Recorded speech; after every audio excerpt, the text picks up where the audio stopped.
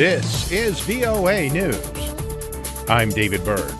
A senior North Korean military official said that recent tests of defense technology are aimed at subduing nuclear threats from the United States. As AP's Ben Thomas reports, the general statement came after Pyongyang conducted a test at its long-range rocket launch facility. North Korea's Academy of Defense Science says what it describes as a crucial test was the second carried out at the Sohae Satellite Launching Ground in a week. Separately, the chief of the Army's General Staff states North Korea has built up tremendous power, and the findings will be used to develop new weapons to allow the country to definitely and reliably counter U.S. nuclear threats. Analysts see the statements as an indication the tests likely involve technologies to improve intercontinental ballistic missiles that could potentially reach the U.S.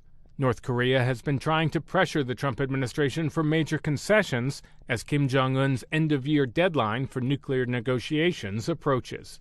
Ben Thomas, Washington. Specialist teams were due to return to New Zealand's volcanic White Island Sunday to resume a land search for the bodies of two victims of an eruption, which has now claimed 17 lives. Two four-person teams wearing protective clothing and using breathing apparatuses were to land on the island in the hope of finding the bodies, which have not been relocated since the volcano erupted December 9th. 6 bodies were recovered on Friday.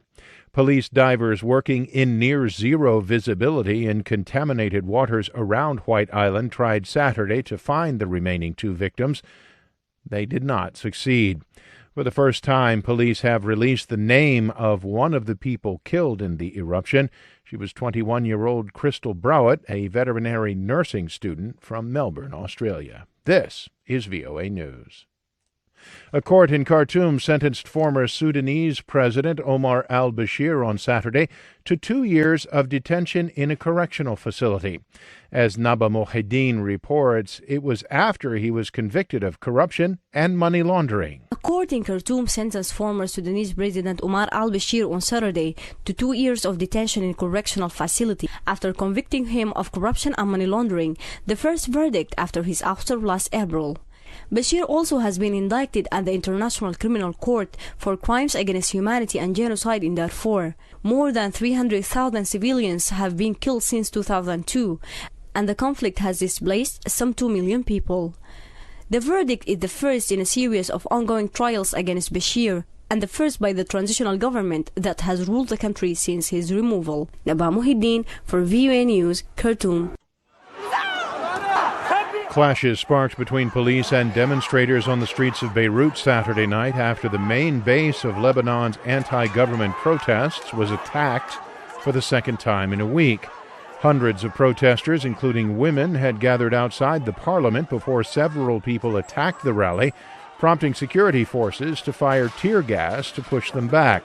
The clashes then spread to the streets surrounding the camp, engulfing the area with smoke from the tear gas.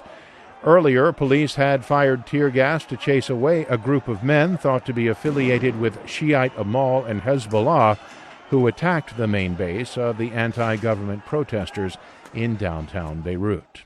Tens of thousands of people, many with fish-shaped posters, packed Rome's Piazza San Giovanni on Saturday as part of a grassroots movement known as the Sardines against Matteo Salvini's politics, that is.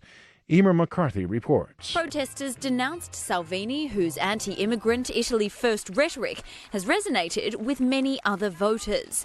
The Sardines movement is gaining momentum across the country after an initial protest that drew more than 10,000 in Bologna at the start of November.